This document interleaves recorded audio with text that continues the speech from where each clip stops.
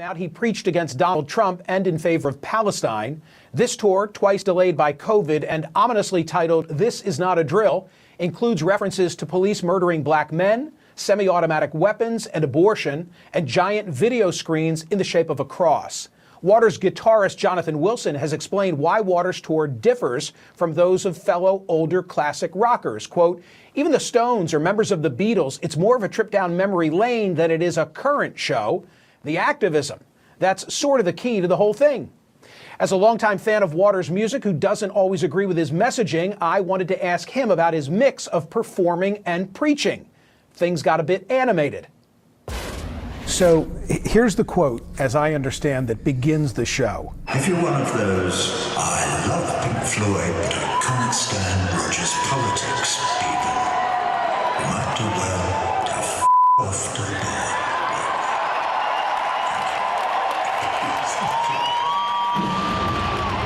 You might do well to F off to the bar right now.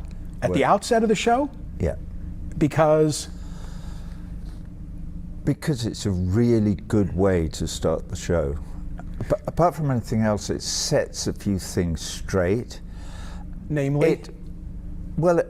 Also it encourages a lot of the people who have come to the show, because they have listened to everything I've written since, 1965 or whenever I started writing songs. So they do know what my politics are, and they do understand where my heart is, and they understand sort of why I'm there. But maybe it also gives a message to people who don't want to be there, in which case them effing off to the bar is probably not a bad idea. Except that you never know, those people, if they sit in a community like my audience is on these shows of This Is Not a Drill on this tour, there is such a great feeling of communication in that room between me and the audience, and between us combined with all our brothers and sisters all over the rest of the world, irrespective of who they are, where they live, their ethnicity, their religion, their nationality, or anything else. Because if This Is Not a Drill has a message, it is that we have to communicate one with the other. To the guy who says, shut the F up, play the hits, do you want him, as long as he doesn't shout it out, do you want him in the arena? I don't not want him there, so long as he doesn't annoy the people who do understand what's going on in the arena. I'm happy for him to But I'm saying, like, do I have to buy in? Does a person in the crowd have to buy in to the message? I've always loved the music. Right. Some of the messages I can buy into, and some I can't. I've only got one message.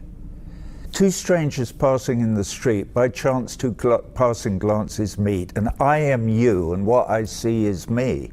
That is my message. And that was on Medal, which was in 1970.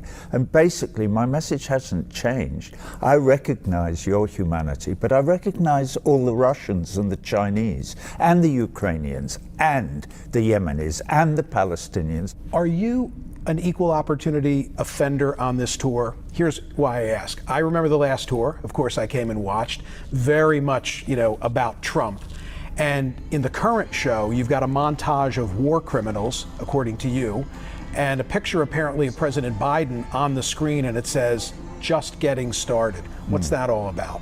President Joe Biden? Yeah. Well, he's fueling the fire in the Ukraine for a start. That is a huge crime. Why won't the United States of America encourage Zelensky, the president, to negotiate, obviating the need for this horrendous war that's killing. You're blaming. We don't know how many Ukrainians. But you're blaming the party that got invaded. Come on, you've got it reversed. That's any war. When did it start? What you need to do is look at the history, and you can say, well, it started on this day. You could say it started in 2008. Okay, this war is basically about the action and reaction of NATO pushing right up to the Russian border, which they promised they wouldn't do when Gorbachev negotiated the withdrawal of the USSR from the whole of Eastern Europe. When you say this, then I have to say, what about our role as liberators? You of all people. You have no role as liberators. World War II? World War II? You got into World War II because... Come on. Pearl Harbor.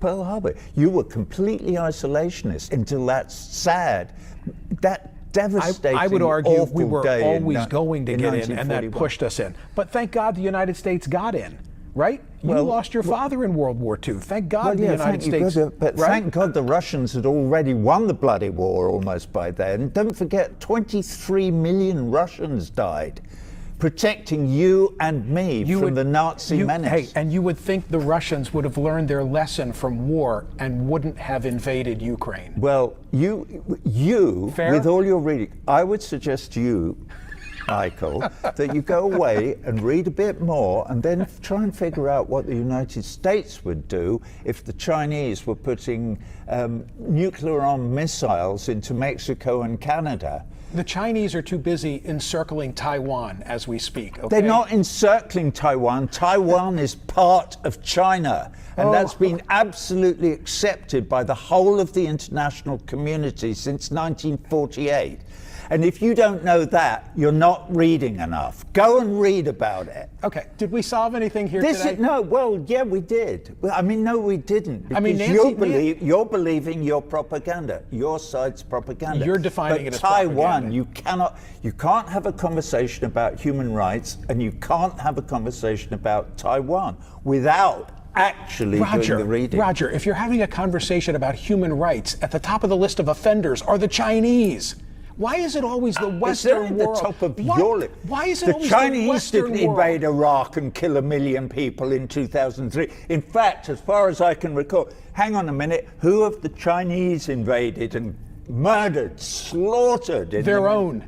Bollocks. Okay. That's absolute nonsense. Complete nonsense. You should go away and read, but read some proper Hey, my literature. problem is I spend too much time reading your liner notes, okay? Thank you for doing this. Thank I appreciate you for it. talking to me. All It's right. always a pleasure. Is it? Okay.